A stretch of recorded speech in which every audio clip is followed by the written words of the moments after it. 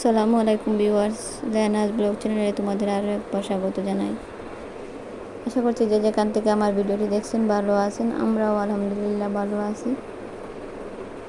আর আল্লাহর কাছে সবসময় ওইটাই দোয়া করি যাতে সুস্থ থাকি। তো যারা 12টা মাস ধরে অসুস্থ থাকেন ওরাই বুঝেন মানে অসুস্থতার কী কষ্টে মানে দিন পার করতে হয়।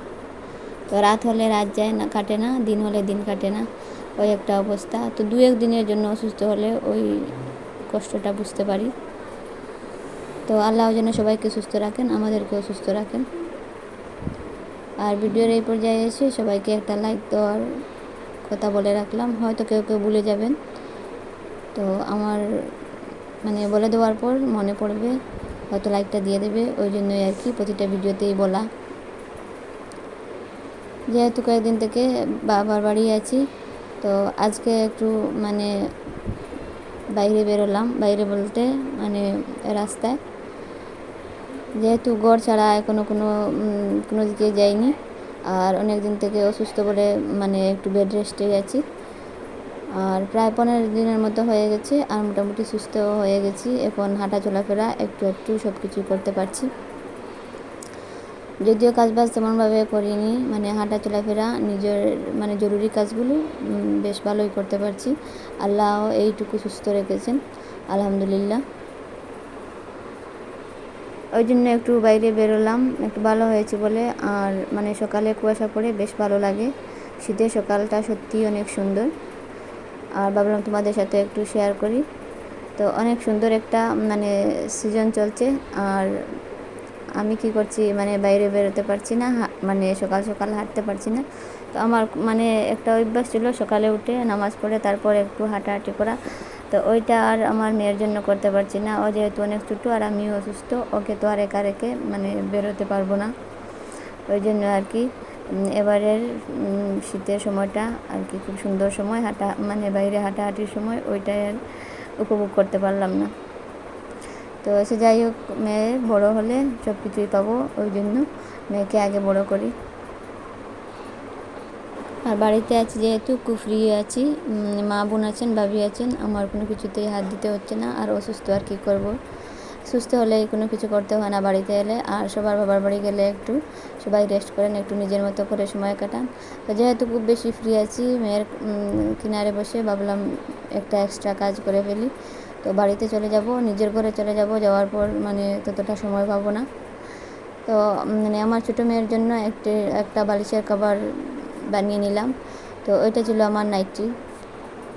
তো নাইটিটা ছিল মানে ফুল ওপেনিং হতো, আমি অসুস্থ থাকতে ওইটা পরেছি। আর একটা অলরেডি আমার মানে গায়ে আছে, আর একটা আমি কেটে ফেলছি, যেহেতু ওই নাইটিগুলা মানে পরা যায় না আর ভালো লাগে না ফুল ওপেন নাইটিগুলা। তো ভাবলাম মানে খুব সুন্দর কাপড়, তো নষ্ট করব, কোনো একটা কাজে লাগাই। তো একটা ছোট্ট বালিশ কভার বানালাম। আর ওই ছোট্টো বালিশটা ছিল আমার বড় মেয়ের, যখন আমার মেয়ে ছোটো ছিল লিয়ানা, তখন ওকে দিতাম ওই বালিশটা। আর তারপর আমি রেখে দিয়েছিলাম, অনেক দিন পর আবারও কাজে লাগলো। তো আমার মেয়ে খেলাধুলা করছে আর মানে কিছু সময় পর পর এসে ও মানে একটা বায়না ধরে বসে আর কি, আমি বোনকে কুলে নেব। তো মাঝে মাঝে আবার মানে বোনকে ওর কুলে দিতে হয়, এই জন্য একটু কুলে দিলাম। আর তারপর রোদ উঠে গিয়েছে, ভাবলাম যে কাপড় চোপড়গুলো ওগুলা বের করে দিলাম। আর বোন আছে, ওই জন্য বোন আছে, মা আছেন, ওই জন্য আমার এতটা কাজ করতে হচ্ছে না। আর ভাবলাম আজকে একটু বোনকে হেল্প করি, যেহেতু আমি মোটামুটি ভালো হয়ে গেছি। তো তোমরা কাপড়গুলো দেখে নিশ্চয়ই বুঝতে পারছো, ওইগুলো আমার ছোটো মেয়ের। তো ছোটো ছোটো কাঁথা, ব্ল্যাঙ্কেট আর ওইগুলো কাপড় চোপড় হচ্ছে আমার ছোটো মেয়ের। যেহেতু মানে খুব বেশি ছোটো থাকতে সব সময় আর কি ডাইপার ব্যবহার করা যায় না। তো ছোটো বোনেরা থাকলে অনেকটা হেল্প পাওয়া যায়, আর যাদের মানে বোন আছেন তারাই বুঝতে পারবেন। তো ওরা মানে প্রতিদিন ধুয়ে দেয় কাপড়গুলো, আর আজকে আমি ভাবলাম আমিও একটু হেল্প করি।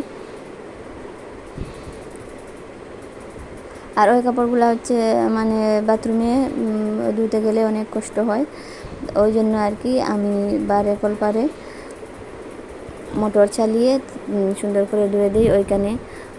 ওইখানে বেশ সুবিধা হয়, ওই জন্য আর কি বাইরে ধোয়া বাথরুমে আর নেওয়া হয় না ওই কাপড়গুলা।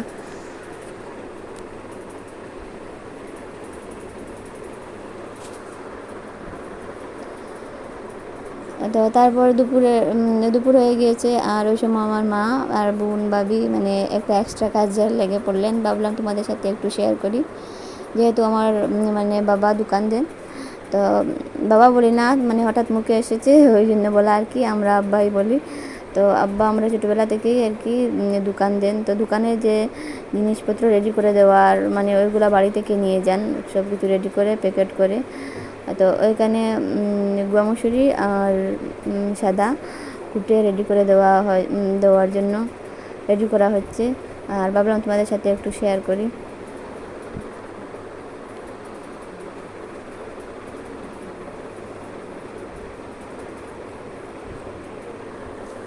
তো অনেক দিন থেকে ভাবছি একটা কথা তোমাদের সাথে শেয়ার করব। তো কেন জানি না দিন দিন সবার ভিউজ বাড়ছে, যেহেতু সাবস্ক্রাইবার বাড়ছে ভিউজও নিশ্চয়ই বাড়ছে সবার।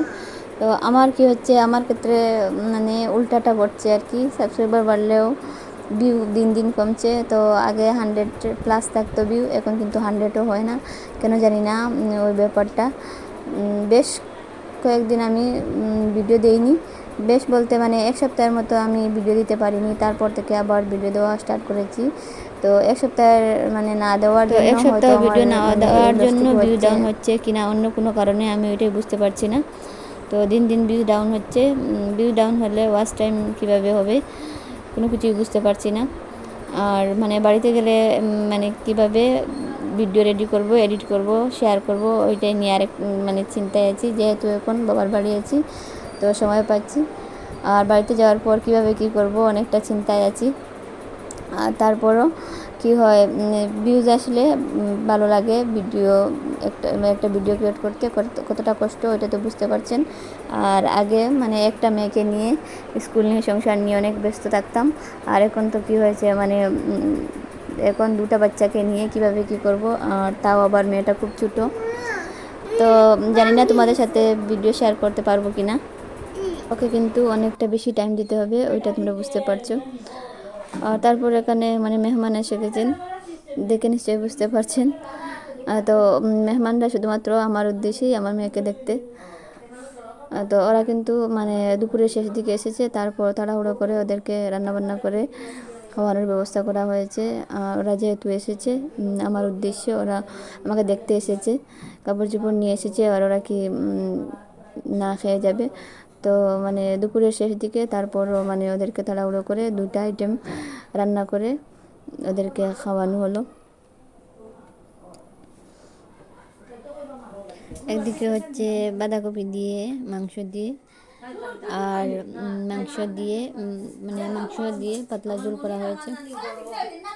আর ভিডিওর এই পর্যায়ে এসে একটা রিকোয়েস্ট করছি, যদি আমার চ্যানেলে কেউ নতুন হন, আমার ভিডিওর কোনো অংশ ভালো লেগে থাকলে আমার চ্যানেলটাকে সাবস্ক্রাইব করে আমার পাশে থাকতে পারেন। আর যারা এখনো পর্যন্ত ধৈর্য নিয়ে আমার ভিডিও সাথে আছেন তাদেরকে অসংখ্য ধন্যবাদ।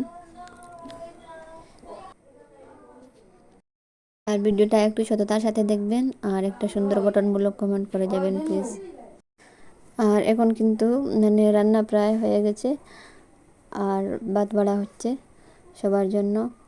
আর বিকাল দিকে মানে প্রায় বিকাল হয়ে গেছে, আসরের আজানও হয়ে গেছে, 3:30টার মতো বেজে গেছে। রান্না হয়ে গেছে, আমি একটু গিয়ে হেল্প করলাম।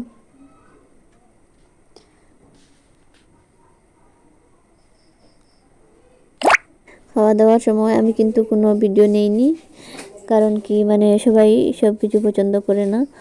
আর আমি নিজের কথাও বলছি, তো আমিও তেমনভাবে নামকরা ইউটিউবার নয় যে যে কোনো স্থানে যে কোনো পরিস্থিতিতে ভিডিও নেব, ওই জন্য আর নেইনি, কোনো ভিডিও নেওয়া হয়নি খাওয়া দাওয়ার সময়। তো যারা মানে যে জিনিস পছন্দ করে না, জোর করে কোনো কিছু করা ঠিক নয় আমার মনে হয়। তারপর অনেকক্ষণ আর কোনো ভিডিও নেওয়া হয় না, ওইটা হচ্ছে মানে সন্ধ্যার মুহূর্ত। তো ওই দিন সন্ধ্যায় আমরা যে নাস্তা করেছিলাম ওইগুলো একটু শেয়ার করলাম। তো এখানে আছে বিরিয়ানি আর আছে নুডলস। তো এগুলো কিন্তু ঘরে বানানো নয়, বাজার থেকে নিয়ে আসা। তো আমার আব্বা নিয়ে এসেছিলেন, তো আব্বা কিনারে বসেই আছেন। তো কেউ কেউ বলেছিল আবার বিরিয়ানি, কেউ বলেছিল নুডলস, তো সবার জন্য নিয়ে এসেছেন। তো আমরা এখানে মানে খাওয়া দাওয়া করছি। আর আমরা বলতে আমার মেয়েও সাথে আছে, কিন্তু আমি বাইরের খাবার এখনও খাইনি, যেহেতু আমার বাচ্চা খুব ছোটো, সব কিছু খাওয়া আমার দ্বারা চলবে না এখন। আর এই পর্যন্ত ছিল ভিডিওটি, সাথে থাকার জন্য অসংখ্য ধন্যবাদ।